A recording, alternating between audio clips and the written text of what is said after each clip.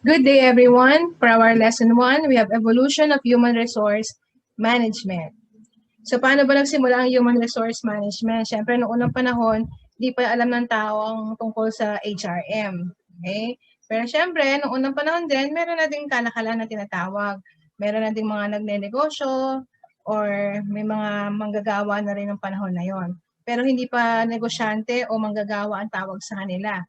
Okay? Noong unang panahon, ang mga tao na mayayaman, kinoconsidered silang mga maharlika o kaya mga reyna o mga mayayaman o maraming pera.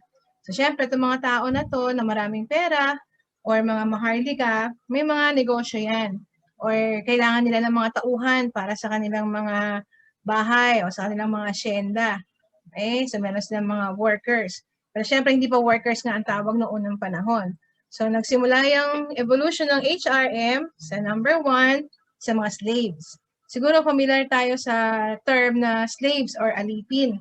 So, ano ba yung mga alipin na yan? Yung mga alipin na to ay normally wala yung bayad. Sila ay minsan pinambayad utang ng kanilang mga magulang sa isang mayamang pamilya o na pinagkakautangan nila. So, kapalit nito ay magtatrabaho sila dun sa asyenda o dun sa bahay ng isang maharlika o isang mayaman. So sabi nga dito, managing slaves comprise an important source of manpower in almost all ancient civilization. They could be sold and purchased like commodities. Their main purchaser were the wealthy rulers, ay nga yung mga mayayaman, landlords o yung may-ari ng mga lupa o ng bahay, tribal chiefs, and affluent businessmen o yung mga mayamang negosyante. The purchasers of slaves had rather complete control over their slaves. So kasi nga binili ka nila. So dahil nabili ka nila, sila na yung merong karapatan over you.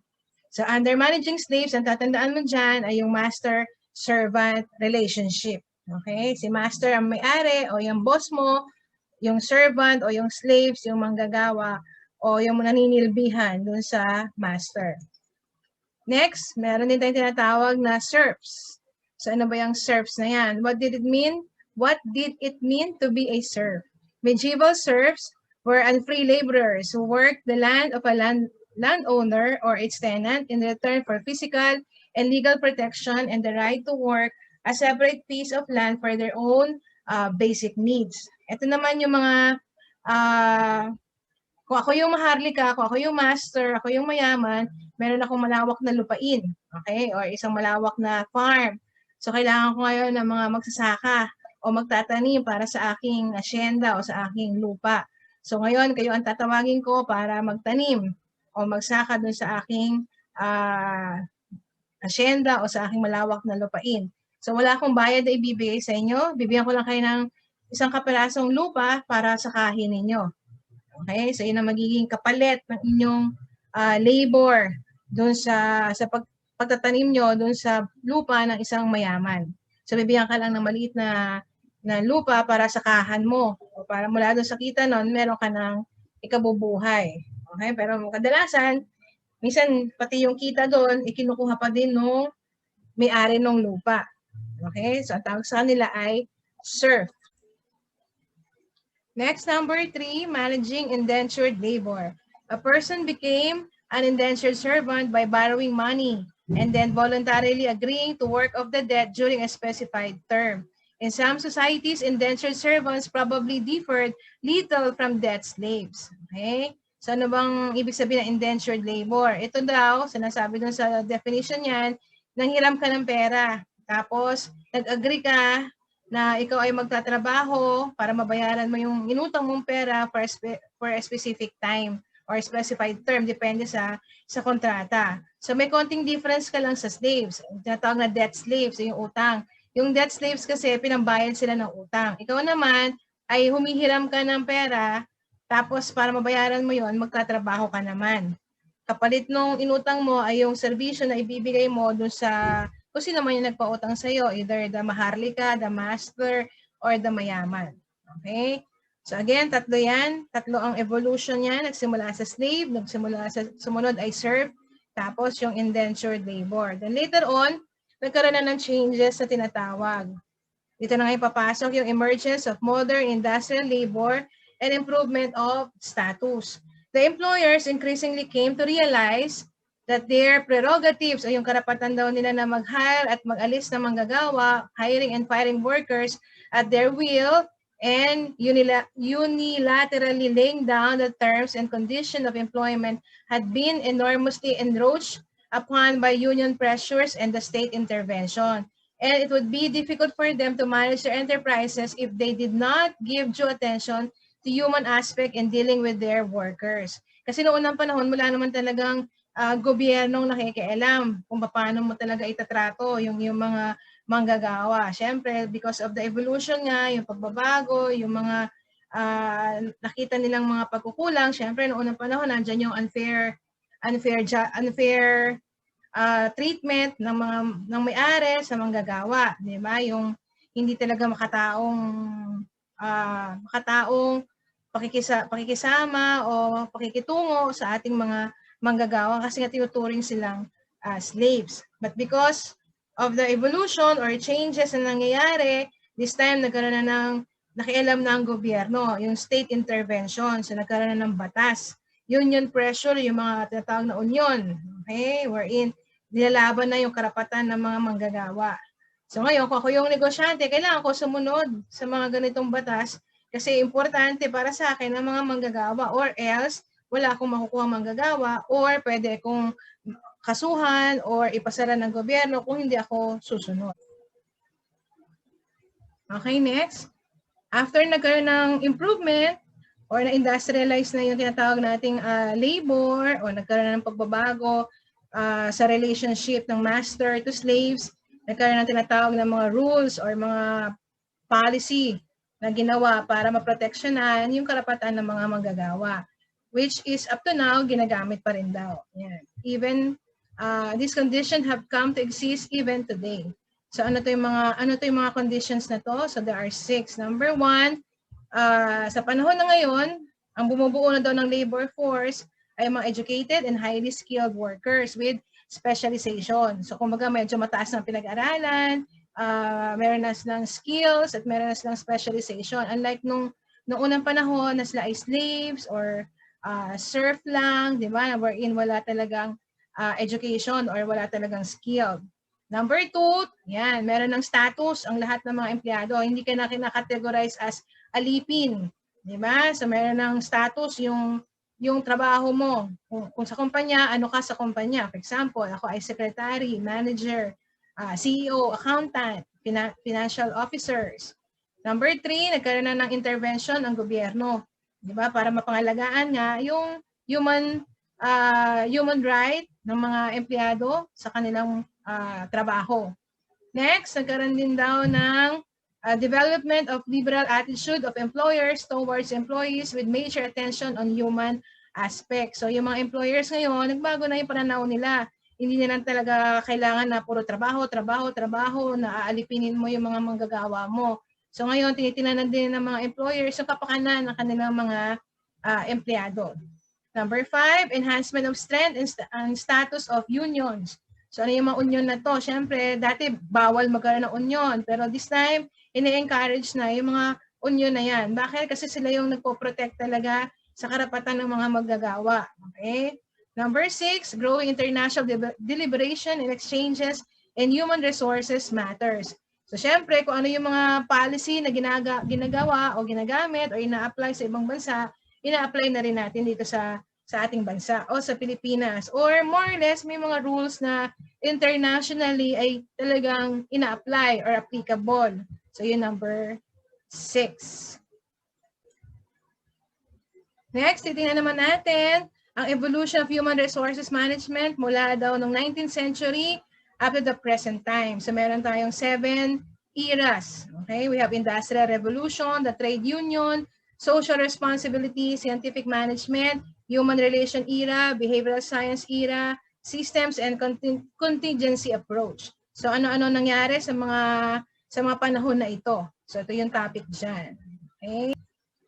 Number 1, you have the Industrial Revolution Era. Siyempre, noong unang panahon, ang ginagamit talaga ng mga tao, proseso sa paggawa ay manual. Di ba? Talagang hard work or hard labor talaga ang ginagamit nila. Yung kanilang dugo at pawis, yung kanilang strength, di ba? Yung lakas o manual. But because of the Industrial Revolution, ito na, pumasok na yung tinatawag nating paggamit ng mga makina or machinery or the use of mechanical energy in the production process para mas mapabilis ang paggawa at ganun din sa mga manggagawa, malaki ang naitutulong nito para syempre hindi naman sila talaga pagod na pagod or mahihirapan masyado sa paggawa kasi because of the machinery na available na. Okay? Next, number 2, you have the trade union movement era. So again, we have the union na. So the trade union. So ano ba yung trade union? Shortly after the emergence of factory system, workers started to organize themselves based on their common interests to form workers' association, which were subsequently known as a trade union. Ang basic objective daw nito ay to safeguard interests of their members and to sort out their problems which arose primarily because of employment of child labor, long hours of work, and poor working condition. Okay ba? So pinangangalagaan na ngayon yung kapakanan ng mga manggagawa kung ikaw ay member ng mga union. Kasi kung ikaw lang mag-isa at wala talagang union sa kumpanya, minsan mahirap mong maparating sa may-ari o sa kumpanya kung ano yung mga hinaing mo. Hindi ka talaga pakikinggan. But because of yung strength o yung pagbuo ng union, mas nagkakaroon ng boses tayo mga manggagawa because of the trade union. Next, you have the social responsibility era. In the first decade of 20th century, some factory owners started adopting a more humanistic and paternalistic approach towards workers. So ano daw ba yung paternalistic approach na yan? It's based on the philosophy that labor is just like a child and owner is just like a father and the owner should take care of his labor just like a father takes care of his children. So yun yun, kumbaga humanistic approach na, paternalistic approach. Kumbaga ako yung magulang, tapos yung mga empleyado ko ang anak ko, di ba? So parang bilang magulang, kailangan bigay mo lahat yung makakabuti sa iyong mga anak. Yung kapakanan ng mga anak mo, uunahin mo. So yun ang tinatawag na paternalistic approach. So yung mga may-ari ngayon ng kumpanya, mas nagiging ano sila, humane or humanistic na sila, makatao na yung pakikitungo nila. Unlike dati na talagang halos mamatay na sa pagod yung mga alipin nila sa kagagawa. Okay? So under the social responsibility. So aside from the social responsibility na humanistic approach na nga, this time ang mga kumpanya din ay hindi na lang nakafocus sa sa kapakanan ng kanyang mga manggagawa, syempre pati din sa society, yung tulong o yung makakabuti sa lipunan. Tinitingnan na rin nila yon under the social responsibility era. Next, we have the scientific management era. Around the beginning of 20th century, Taylor started to find out one best way of doing things based on time and motion studies. On the basis of his experiment, he was able to increase workers' productivity considerably and wrote many papers based on this experiment in a book on scientific management. So ano ba yung scientific management? Ito yung pag-aaral kung saan, kunwari, ano ba yung proseso na pwedeng gawin para mas mapabilis ang ating production or para mas maiwasan or ma-minimize yung mga reject na trabaho. Okay ba na gamitin ang machine or manual labor pa din or combination? Diba? So kumbaga aaralin, kaya tinawag na scientific management. May pag-aaral na ginagawa kung alin sa tatlong proseso ang the best possible method na pwedeng i-apply sa kumpanya. Okay? Machine ba talaga?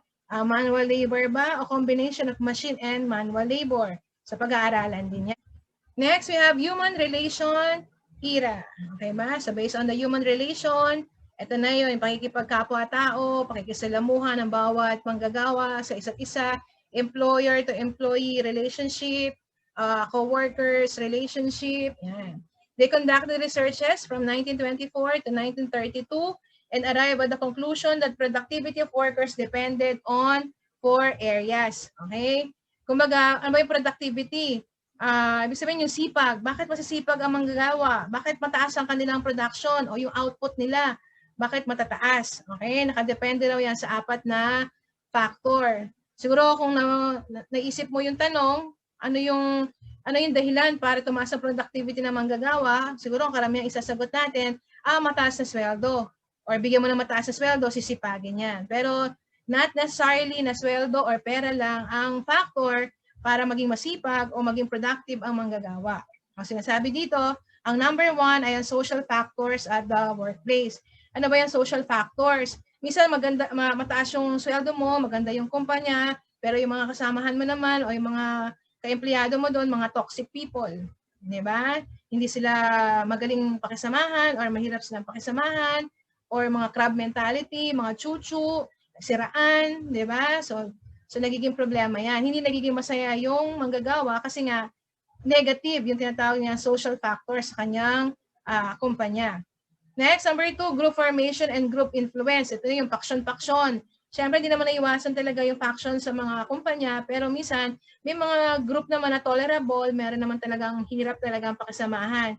Ito yung grupo-grupo sila o bumubuo sila ng grupo tapos hindi ka na makapasok sa group nila. So, feeling mo tuloy out of place ka or hindi ka maging bahagi ng kumpanya kasi nga, parang feeling mo lagi ka outsider or iba yung kanilang attitude and behavior towards new employees or basically talagang hindi lang sila magaling pakisamahan or mahirap lang talaga silang pakisamahan under the group formation and group influence. Okay? Next, nature of leadership and supervision. Yan, isang problema din yan.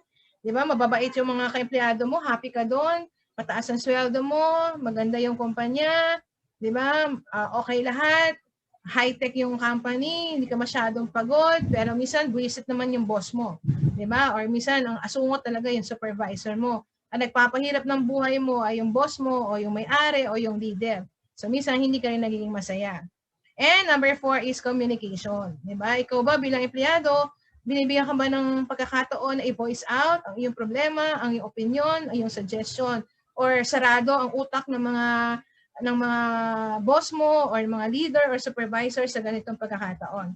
So, importante rin yung communication para mas maging productive ang isang manggagawa. So, 4 na factor daw yan. So, not necessarily sweldo or mataas na sweldo or pera. Okay? Next, we have the behavioral science era. In contrast to human relations, which assume that happy workers are productive workers, the behavioral scientists have been goal and efficiency oriented and consider understanding of human behavior to be the major means to that end. They have tried several sophisticated research methods to understand the nature of work and the people in the work environment. Okay? So ano daw ang kaibahan nito sa human relation? Sa human relation kasi, nagiging mas productive ang tao o nagiging mas masaya ang empleyado kung siya ay nakakasalamuha ng maayos sa kanyang mga kapwa din mga manggagawa o sa kanyang boss. Kumaga may harmonious yung relationship niya sa lahat ng tao sa opisina under human relation. Yung behavioral science naman, ito naman nakabase sa yung or pinag-aaralan dito yung attitude and behavior ng isang empleyado. Bakit ang isang empleyado ay ganito ang ugali? Ano yung dahilan? Bakit nagmamanifest yung ganitong behavior sa kanya? Diba? Or bakit yung ganitong empleyado ay okay naman? Diba? Ano yung factor? Bakit yung kanyang behavior and attitude ay positive compared sa iba na negative? So dito yon inaaral under behavioral science. Example ko dito, for example, kung yung kumpanya ay o kung yung boss ay may favoritism, di ba? Or may politics na tinatawag sa kumpanya na kung sino yung medyo sip-sip, di ba? Yun ang medyo napopromote, di ba? Or minsan, ang tagal mo na sa kumpanya, magaling ka naman, pero bakit hindi ka mapansin, di ba? Ang napapansin ay yung medyo sip-sip, o kaya naman yung favorite ng supervisor, di ba? So makikita mo ngayon yung negative effect. Bakit ako na matagal na sa kumpanya, na dati masipag, nagbabago yung ugali or bumababa yung productivity. Kasi nga, meron ako nakikita na para sa akin ay negative.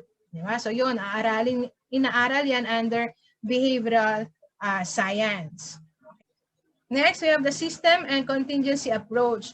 The basic idea of this approach is that analysis of any object must rely on a method of analysis involving simultaneous variation of mutually dependent variable. This happens when system approach is applied in managing human resources. So, ano ang pagkakaiba ng system approach sa contingency approach? Under the system approach, may sistemang sinusunod, di ba?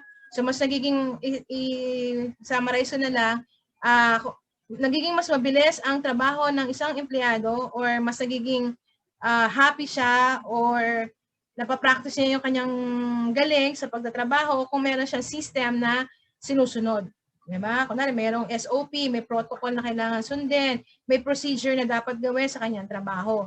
Okay? Under the system approach. So, under nito, sabi daw, the emphasis is on interdependence and interaction among subsystem. Kumbaga, yung lahat ng bagay sa kumpanya ay duktong-duktong na lumalakad o tumatakbo ayon sa isang sistema. For example, sa enrollment, di ba? Pagpunta mo ba sa school, enrolled ka na. Siyempre, may dinadaanan yan, may proseso yan.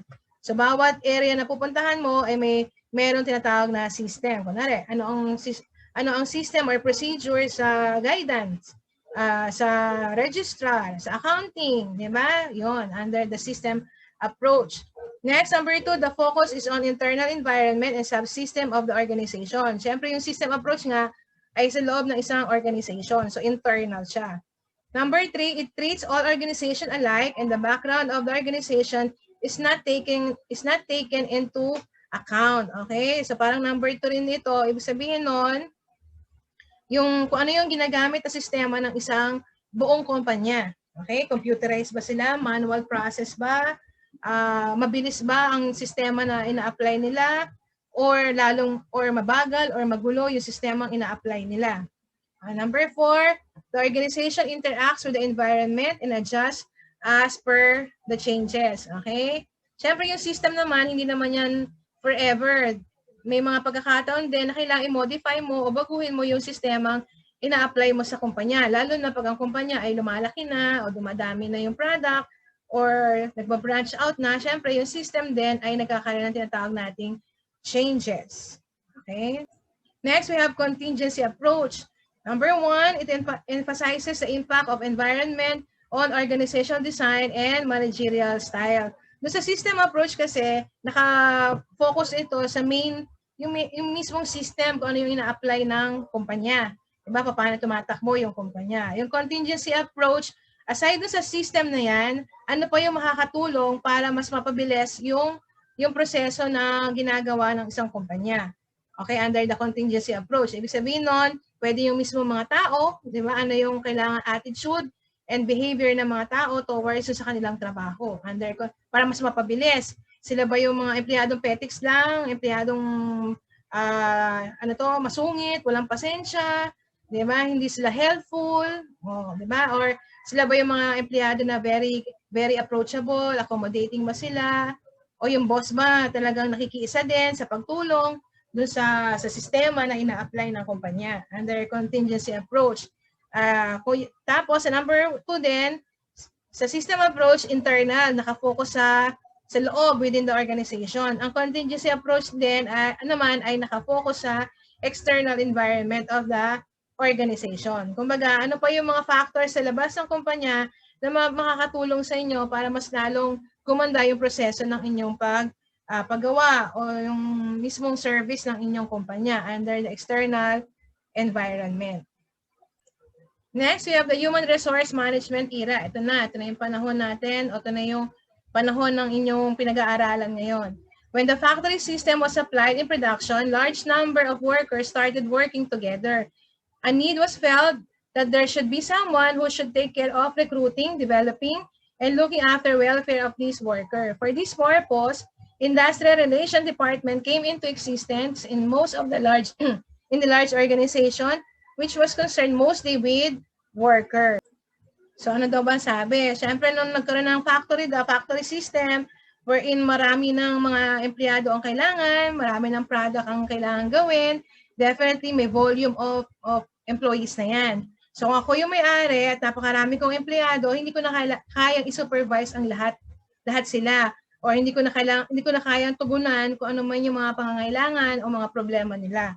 So doon ngayon pumasok yung tinatawag na human resource management para merong isang department na mangangalaga para sa lahat ng mga empleyado, lahat ng problema nila, ano yung mga needs and wants nila, ano yung kailangan nila para mag-improve sila sa kanilang trabaho. Okay? Ganon din ang recruitment, sila yung mamamahala kung sino yung karapat-dapat na na makuha o i-apply sa kumpanya. Okay? So, under the human resource management era. Next, we have evolution of human resource management, history of modern human resource management. Okay, so ito yung history ng HRM daw. Number 1, early philosophy. The history of modern human resource management began with the efforts of Robert Owen. Owen is called the founder of human resource management. In 1813, he wrote a book, A New View of Society. In it, he propounded the need for better industrial relation and improvement in the service condition. His attitude towards workers was very cordial, liberal, and paternalistic. Okay ba? So, history lang naman ito ng HRM. So, si Owen daw ang founder of the human resource management. So, naniniwala siya na kailangan ang trato ng isang boss o ng isang employer sa kanyang manggagawa ay cordial, magalang, 'di ba? Bukas ang kanyang isip at paternalistic. Okay? Ibig sabihin, aalisin na 'yon talagang parang alipin yung turing mo sa iyong mga manggagawa. Babaguhin na yung attitude mo towards your employees na sila ay talagang tao din, na kailangan mo ituring na may puso't damdamin, na hindi mo kailangan yurakan ng pagkatao nila dahil pinapasweldo mo lang sila. Kung ano yung gusto mong gawin, magagawa mo. Next, number 2, efficiency and productivity movement.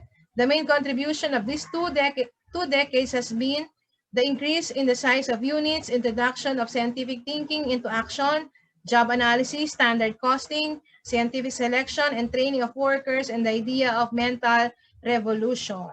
Okay, so ito na yon. Kumbaga, sa number 2, dito na iniisip na ngayon kung paano dadami o tataas ang productivity ng manggagawa. Siyempre, pag tumaas ang productivity ng manggagawa, ang talaga makikinabang dyan ay siyempre yung kumpanya o yung organization. So ano ba yung mga paraan para talagang maging masaya at tumaas ang productivity ng mga manggagawa? Siyempre, nandyan yung kailangan specialized skills sila, yung good working environment, yung work schedule nila, ano pa, yung binanggit kanina, nileson natin yung social factors ng mga manggagawa sa loob ng kumpanya, may mga training and development bang binibigay para sa mga empleyado. Okay? Next, number 3, period of welfareism and industrial psychology. Staff line organization became the basis of human resource management. Industrial psychologists developed many new techniques like psychological testing, interviewing, workers training, and non-financial incentive. They help to give a professional form to human resource management. The human resource management began to be realized as a profession and a specialist function. Okay? Under the period of welfareism or welfare, kapakanan, or kung ano yung makakabuti sa manggagawa. Okay? So, andyan na yun. Para syempre, kung ikaw ay HRM personnel, marami empleyado o marami aplikante na nag-a-apply, which among these employees na nag-a-apply or applicants ang talagang i-accept mo sa inyong kumpanya. Siyempre, nandiyan na yung recruitment and selection, yung mga testing, interview, then from there, makikita mo ngayon kung sino yung most appropriate para sa trabaho at medyo babagay sa inyong kumpanya. Okay ba? So, under the period of welfareism industrial psychology. Dati, ang HRM ay bahagi lang ng kumpanya na taga-pamahala lang o taga-supervise lang ng mga empleyado. Ngayon daw, ito daw ay tinuturing ng profession and a specialized or specialist function. Okay? Next, number 4, period of human relation. When Professor Elton Mayo and his companion conducted Hotron experiment, it was the beginning of recognition of the fact that human resources have greater influence on the production than other physical resources. A worker must be treated as human being. His social, psychological, and moral instincts should be fully recognized by the management. Okay, under period of human relation. So si Elton Mayo ang nagpanukala nito na sinasabi niya na ang pinaka-importanting resource o resources ng isang kumpanya ay ang kanyang mga empleyado. Okay? Siya daw yung pinaka, have greater influence on production. Diba? Kasi nga, kahit may makina ka, may mga machinery ka, high-tech ang machine mo, kung wala kang empleyado, useless yan. So, kailangan yung empleyado mo ang number 1 resources ng iyong kumpanya na kailangan mo pangalagaan. Okay? You have to recognize them or treat them as human being. Okay? Pangalagaan mo daw sila. Next, number 5, the modern times. The history of human resource management since 1950 up to the current times is the age of modern development. It is the period of citizenship concept of labor where the workers have full right to be consulted in determining the rules and regulation under which they work. Okay? Under sa modern panahon ngayon, di ba? So, ano pagkakaiba nito sa human relation? Siyempre, lahat ng binanggit kanina, ina-apply na yan sa modern times. Pero this time, binibigyan ka na ng karapatan na mag-voice out ng iyong opinion, suggestion, kung anong pwedeng gawin sa iyong trabaho. Kasi ikaw yung nakakaalam ng trabaho na yon, di ba? So ikaw yung the best person na konsultahin nung kumpanya o ng boss mo kung ano yung sa tingin mo makakatulong sa'yo sa proseso ng paggawa mo. Okay? You have the full right to be consulted in determining the rules and regulation under which they work. Next, we have the 4 broad phases of evolution of human resource management. So we have the 4 broad phases. Number 1, phase 1, the craft system. From the earliest time in Egypt and Babylon, training in the craft skills was organized to maintain an adequate supply of craft workers. The workers, craftsmen, work in their own homes, workshop, with the help of their family members, with their own tools and implements. So, syempre, noong unang panahon, wala naman talagang education ang mga tao noon. Pero meron silang mga skills na ginagamit. Example, mga karpintero. Diba? So, sila ay mga karpintero. Hindi sila namamasukan talaga. Meron lang silang sariling gamit or equipment or tools na ginagamit or doon nagpapagawa yung mga tao sa kanila under the craft system. Next, we have the phase 2, scientific management. During the first few years of the 20th century, productivity emerged as a serious business concern. This phase saw expanding business, readily available capital, experience as well as short supply of labor. Hence, managers started to look for ways to use existing labor more efficiently. In response to this need, experts began to focus on ways to improve performance of individual workers. Okay? So, ayon sa kwento na to, productivity, yung pagtaas ng production ng mga manggagawa. So, may mga panahon daw na kulang sila ng labor supply o kulang ng manggagawa. So, anong kailangan nilang gawin para yung kanilang existing labor supply ay magamit nila at the same time, tumaas yung productivity na yan. So, kumbaga sabi daw dito, in response to these needs, expert began to focus on ways to improve performance of individual workers under scientific management. Ano yung pwede mong gawin or ibigay sa mga gagawa mo or itulong sa kanila para mas maging mabilis sila o tumaas ang kanilang productivity. By parts ang gawa. Unlike dati na isang trabaho, ikaw lahat ang gagawa. Kunwari, sa panahon natin, sa factory, di ba, by piece ang gawa o by parts ang gawa. Kung gagawa tayo ng t-shirt, may gagawa ng manggas, ng kwelyo, ng katawan, ng tag. So yun, under by parts para mas maging mabilis o tumaas ang productivity. Kasi naman yung isang empleyado, siya yung lahat ng gagawa ng proseso na paggawa ng t-shirt under scientific management. Another example is to increase the pay of each worker who met and exceeded the target level of output. Ito na yun. Gusto niyo mas maraming natapos itong araw na to, mas malaki yung kanyang sweldo. Kaya yung medyo mabagal o yung medyo tamad, mas maliit ang kikitain. So, syempre, para gusto mong tumaas ang sweldo mo, nandyan yung motivation na ikaw ay magsipag para mas marami kang kitain ngayong araw na to under scientific management. Next, number 3 or phase 3, human relation approach. Ito na-discuss na to sa kaninang mga topic natin. Again, this is according to Elton Mayo. Sabi niya, demonstrated that employees' productivity was affected not only by the way job was designed and the manner in which employees were rewarded economically, but also by certain social and psychological factor as well. Okay?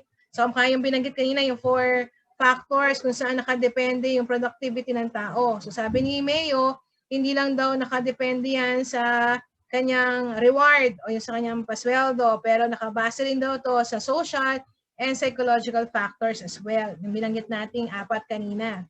And number 4, human resource approach. Human resource approach deals with the people dimension in management. Over the past 80 years, various approaches to human resource management have been adopted by companies. The human resource approach currently in vogue has redefined the way are treated and managed in the organizational context under the human resource approach. So kung medyo nag-iisip ka, ano kaya pagkakaiba ng human relation sa human resource approach? Under the human relation, based on the word relation, yung relationship ng tao sa kapwa niya empleyado, sa boss niya. Under human relation, ano yung pwede mong gawin na pakikitungo sa iyong mga manggagawa para sila ay tumaas sa kanilang productivity. Under human relation yan. Yung human resource approach naman, ito naman ay nakatuon sa mismong tao na pinaniniwalaan ng human resource na ang tao ay isa sa pinaka number one resources ng kumpanya na kailangang alagaan.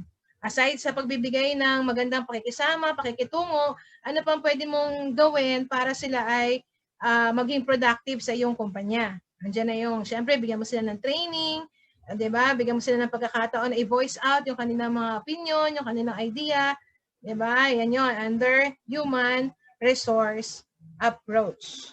Okay? So that's the end of lesson 1. So if you have any question during the synchronous meeting, doon natin tatalakayan pa yung additional question na gusto niyong itanong or mga areas na hindi niyo masyado naintindihan. So sa synchronous meeting natin yan pag-uusapan. Okay, good day everyone.